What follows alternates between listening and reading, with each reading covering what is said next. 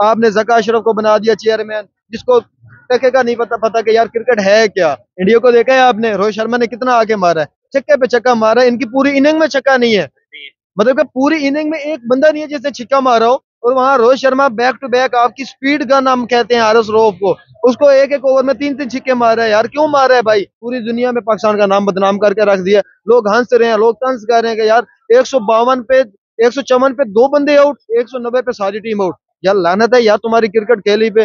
Sir देखिए, ups and downs होते रहते हैं, लेकिन मसला ये है कि बंदा अच्छा खेल के अप एंड डाउन होते हैं। सर नहीं सर, बात करने का मकसद ये है कि बंदा अच्छा खेल के हारे ना, उसको दुख नहीं होता। ठीक है, मतलब कि ऐसे अगर हम जो बच्चों वाली क्रिकेट खेलें, गली वाली क्रिकेट खेलना शुरू कर दें, तो उस चीज का दुख होता है यार कि आप एक अच्छी टीम हो के, ठीक है, पाकिस्तान का एक अच्छा नाम है क्रिकेट की दुनिया में, ठीक है, आप उसको लेके आपको आपका माइंड ही नहीं है, आपको खेलने का पता नहीं है। अब 191 पे जो है वो ऑल टीम आउट हो रहे हो, 154 पे दो हैं, ठीक है, उसके बाद 36 रन पे बाकी सारे पवेलियन जा रहे हैं। मतलब क्या आपको कोई मोशन लगे हुए थे, या वो जो उन्होंने बिरयानियां खिलाई हैं उनमें तेजाबियत थी कि आपको जो है वो पीछे ही भागना था। तो मतलब कि ये समझ नहीं आ रही क्या वो है उनका प्लान था क्या, जो है उन्होंने उनका प्लान वर्कआउट हुआ है, उन्होंने क्या किया है।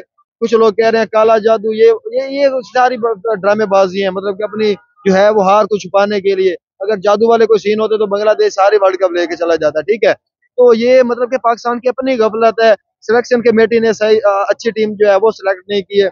सारे पर्ची प्लेयर, सारे सिफारशी प्लेयर इन्होंने टीम में रख लिए हैं। कोई एक बंदा काम का नहीं है जिसपे हम डिपेंड कर सके। जो टैलेंट था वो बाहर बैठा हुआ है, वो कुर्सियों पे बाहर बैठ के मैच देख रहा है। जो सिफारशी है, पर्ची है, जो कजन है, जो यारियां निभाई जा रही हैं, वो अंदर जनाब अली पाकिस्तान की आवाम के खर्चे पे बाहर जा रहे हैं, टूर कर रहे हैं, घूम फिर रहे हैं, 61-61 लाख रुपए सैलरियां ले रहे हैं।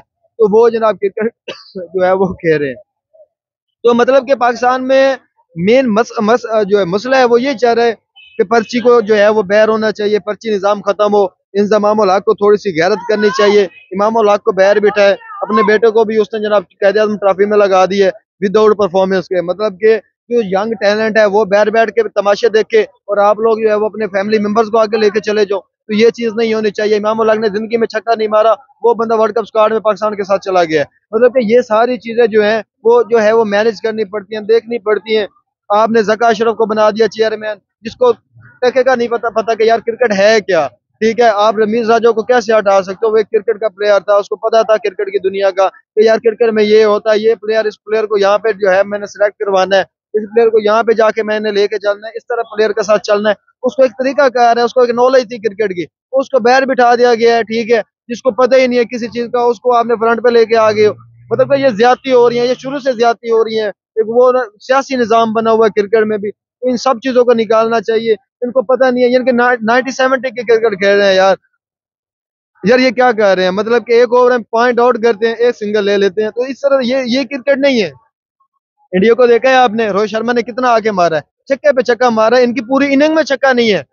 मतलब कि पूरी इनिंग में एक बंदा नहीं है जिसने छिक्का मारा हो। और वहां Rohit Sharma back to back, आपकी स्पीड गन हम कहते हैं आरएस रऊफ को, उसको एक एक ओवर में तीन तीन छिक्के मारा है। यार क्यों मारा है भाई, आपके पास बॉलिंग नहीं है क्या। बुमराह हारिस रऊफ से ज्यादा स्पीड निकालता है, 128 की उस बंदे की स्पीड है बुमराह की, हारिस रऊफ 147, 148, 150 तक चला जाता है। यानी कि स्पीड है, अकल नहीं है भाई। इसको हमने क्या करना है, जब आपके पास स्पीड होगी, आपके पास अकल नहीं होगी, तो हमारी तो बेइज्जती होगी। पूरी दुनिया में पाकिस्तान का नाम बदनाम करके रख दिया। लोग हंस रहे हैं, लोग तंज कर रहे हैं कि यार 152 पे, 154 पे दो बंदे आउट, 190 पे सारी टीम आउट। यार लानत है यार तुम्हारी क्रिकेट खेली पे। तो कुछ शर्म करो, कम अज कम थोड़ी सी शर्म करो। पाकिस्तान का पैसा हलाल कर देते, वहां के चले गए हैं लड़कियां देख ताड़ने के लिए, भूडिया करने के लिए।